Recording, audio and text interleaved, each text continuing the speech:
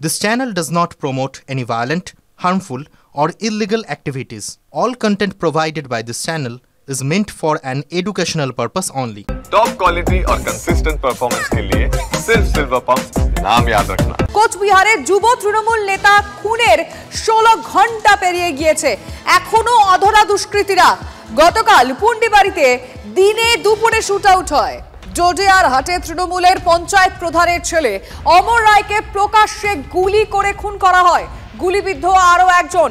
আমাদের রিপোর্টার সুমন কল্যাণ ভদ্রের সঙ্গে কথা বলবো সরাসরি। সুমন, এই মুহূর্তে দাঁড়িয়ে সবথেকে বড় প্রশ্ন যে পুলিশের এতটা সময় কেন লেগে যাচ্ছে?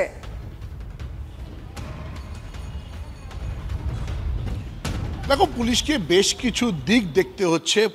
কেউ বলছেন পলিটিক্যাল, অথচ আবার অনেক রকম তথ্য এই এলাকা সম্বন্ধে উঠে আসছে। ফলে পুলিশের এই মুহূর্তে সমস্ত বিষয়গুলো খুঁটিনাটি কিন্তু পরীক্ষা করতে হচ্ছে। সবচাইতে বড় ব্যাপার, এই এলাকা দিয়ে যখন দুটো বাইকে করে যে অপরাধীরা এসেছিল, যারা গুলি করে এই ঘটনাটা ঘটালো, ঘটনার পর তাদের বাইকগুলো সরাসরি কোচবিহার আলিপুরদুয়ার এই যে রোড, সেই রোডের দিকে গেছে। কিন্তু কোন দিকে গেছে, আশেপাশে সিসিটিভি ক্যামেরা থাকলেও তার স্টোরেজ সিস্টেম না থাকার কারণে সেই সমস্ত বাড়ির সিসিটিভিগুলো কিন্তু দেখে খুব একটা বেশি লাভ কিছু পুলিশ করতে পারেনি। পাশাপাশি এই যে জায়গা যেখানে এই অমর রায়ের বাড়ি, সেই ডাওয়াগুড়ি, অর্থাৎ এই যে 1 নম্বর ব্লকের এই ডাওয়াগুড়ি গ্রাম পঞ্চায়েতের যে গোটা এলাকা রয়েছে, সেই এলাকা কিন্তু আগাগোড়াই একটা অসামাজিক কাজকর্মের কিন্তু একটা ঘাঁটিতে পরিণত হয়েছিল দীর্ঘদিন ধরে।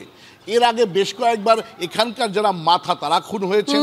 বেশ কয়েক বছর পরপরই কিন্তু এইরকম একটা করে খুনের ঘটনা হয়। তবে এলাকাবাসী একটা কথা বলছে না। সরাসরি যখন আমরা সুমন, এই তৃণমূল নেতার পরিবার তরফ থেকে কাউকে সন্দেহ বা কি কারণ তারা কিছু মনে করছেন?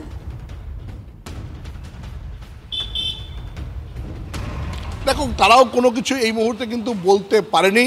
তৃণমূল নেতাদের একটা বক্তব্য উঠে এসছে যে ও যদি মারা যায় তাহলে এই গোটা এলাকায় সবচেয়ে বেশি সুবিধা হবে বিজেপির, সেই দিকে একটা ইঙ্গিত তারা দিচ্ছেন। কিন্তু কে, কারা, কেন, এই যে প্রশ্নগুলো উঠে আসছে, সেটা কিন্তু সবচাইতে বড় ব্যাপার। পুলিশের তরফ থেকে আর কি কি তথ্য সামনে আসে আমাদের দর্শকদেরকে জানাবো। স্থানীয়রা কি বলছেন কোচবিহারের ঘটনা নিয়ে শুনবো। আমাদের ব্যবসায়ীরা আতঙ্কগ্রস্ততে, ওনার বাড়ি শুনলাম ডাওয়াগুড়িতে, গ্রাম পঞ্চায়েত প্রধানের নাকি উনি ছেলে, অমর নাম, আরেকজনের নাম জানি না। ওনাকে হসপিটালে পাঠানো হয়েছে। ওসি ম্যাডামকে ফোন করার সাথে সাথে উনি এসছেন এবং পুলিশ নিয়ে এসছেন। ওনার গাড়ি করে আমরা পাঠিয়ে দিয়েছি হসপিটাল। হাট চলাকালীনই ঘটনা ঘটেছে, কিন্তু এটা একটা খুব মর্মান্তিক ঘটনা, যেটা আমরা কখনো আশা করিনি। ডোডেহাট বাজারে এরকম ঘটনা ঘটেনি। তো বাইরের আমাদের ডোডেহাটের এলাকাবাসী কেউ না, বাইরের লোক। উনি শুনলাম ডাওয়াগুড়ি গ্রাম পঞ্চায়েত প্রধানের ছেলে। ঘটনা নিয়ে তৃণমূল নেতা পার্থপ্রতিম রায় কি বলেছেন শুনবো। গ্রাম পঞ্চায়েত প্রধানের ছেলে এবং ডাওয়াগুড়ি এলাকায় কোচবিহার 1 নং ব্লককে নেতৃত্ব দিচ্ছে, অথচ সে আজকে বাজার করতে গিয়েছে। সেখানে তাকে যদি দিনের বেলা শুট আউট করা হয়, নিশ্চিতভাবে তাকে রেকি করা হয়েছে বা অনেক পেছন থেকে কেউ মেরেছে। দিনের বেলা এত ভরা এলাকায়, গরুর হাটি ফল এলাকায় তাকে মেরে ফেললো, এটা তো আমরা সত্যি শিহরিত হয়ে যাচ্ছি। এই মুহূর্তে বলতে পারছি না, তবে অমর তৃণমূল কংগ্রেসের অত্যন্ত একজন গুরুত্বপূর্ণ সেখানকার নেতৃত্ব প্রধানের ছেলে, এবং সে নিজেও যুব নেতা এবং সে এলাকায় লিড করে দলের হয়ে। স্বাভাবিকভাবে তার এই